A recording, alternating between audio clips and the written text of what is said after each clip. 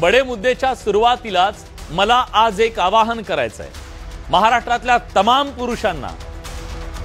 जर तुमच्या स्वतःच्या हिमतीवर गाड्या, घोड्या, सोनं, नाणं, फ्लॅट एवढंच काय घड्याळ आणि मोबाईल घेण्याची धमक असेल ना, जर मनगटात तो दम असेल ना, तरच त्यांनी लग्न करावं, अन्यथा त्यांनी खुशाल वळू बनून फिरावं। मुलींच्या आईबापाच्या जीवावर चैन करणाऱ्यांनी लग्न करून मुलींची आयुष्य उद्ध्वस्त करू नये आणि मुलींनीही दिखाव्याच्या फिल्टरवर भाळून आयुष्याची राख रांगोळी करून घेऊ नये।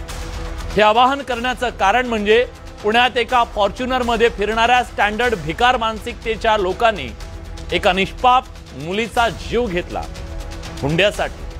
हा काही महाराष्ट्रातला पहिला हुंडाबळी नाहीये, पण एका सुशिक्षित, प्रतिष्ठित आणि गडगंज श्रीमंत कुटुंबात हुंड्याच्या हव्यासा पायी गेलेला हा बळी आहे। म्हणून अवघ्या महाराष्ट्राचं समाजमन आज सुन्न आहे। खरं सांगू, पुण्यातल्या या घटनेनं आपल्या मनातल्या अनेक संकल्पनांना तोडून मोडून टाकलं। संकल्पना सुशिक्षित म्हणजे पुढारलेले, प्रतिष्ठित म्हणजे प्रेमळ आणि श्रीमंत म्हणजे दिलदार, सगळं काही तुटून पडलो। सुशिक्षित रूढीवादी निघाले, प्रतिष्ठित हे क्रूर निघाले आणि श्रीमंत मनाचे दरिद्री निघाले। लक्ष्मी म्हणून घरात आलेल्या प्रत्येक सुनेचा हागवणी कुटुंबियांनी जो छळ मांडला तो संताप आणणार आहे, तळपायाची आग मस्तकात नेणार आहे। वाईट याचं वाटतंय की हे या महाराष्ट्रात घडतंय, त्या महाराष्ट्रात घडतंय ज्या महाराष्ट्रानं सुधारणेचा वसा घेतला, जिथं चळवळीची मोठी परंपरा आहे। अरे कर्तृत्ववान महिलांची पिढ्यानपिढ्यांची तर फौज आहे। जिजाऊ, सावित्री आणि रमाईंचा हा महाराष्ट्र आहे ना। पण आज हे कळायलाच मार्ग नाहीये की आम्ही काळाच्या सोबत पुढे चाललोय की काळाच्या मागे चाललोय। आजच्या आणि भविष्याच्या काळाचं टूल एआय तुम्हाला माहितीच आहे।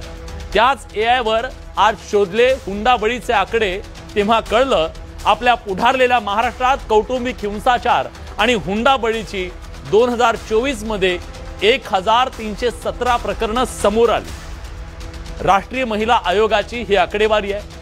हादरलात ना? पण हादरण्यासारखी गोष्ट ही आहे की आपल्याकडे 90% प्रकरणं जी आहेत ती नोंदवली जात नाहीत, केवळ 10% नोंदवली जातात। हे मी नाही, राष्ट्रीय परिवार स्वास्थ्य सर्वेक्षण सांगतंय। देशात दर 4 मिनिटाला एक गुन्हा नोंदवला जातोय घरगुती हिंसाचाराचा।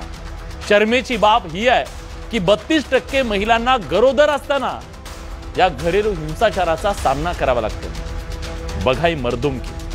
आपल्या समाजात आंतरजाती विवाह केले म्हणून खून पाडले जात आहेत आणि 4 लग्नात 1 असा बालविवाह समाज मान्यतेने लावले जात आहेत। प्रश्न आहे, आपण कसल्या पुढारलेल्या गप्पा मारतोय?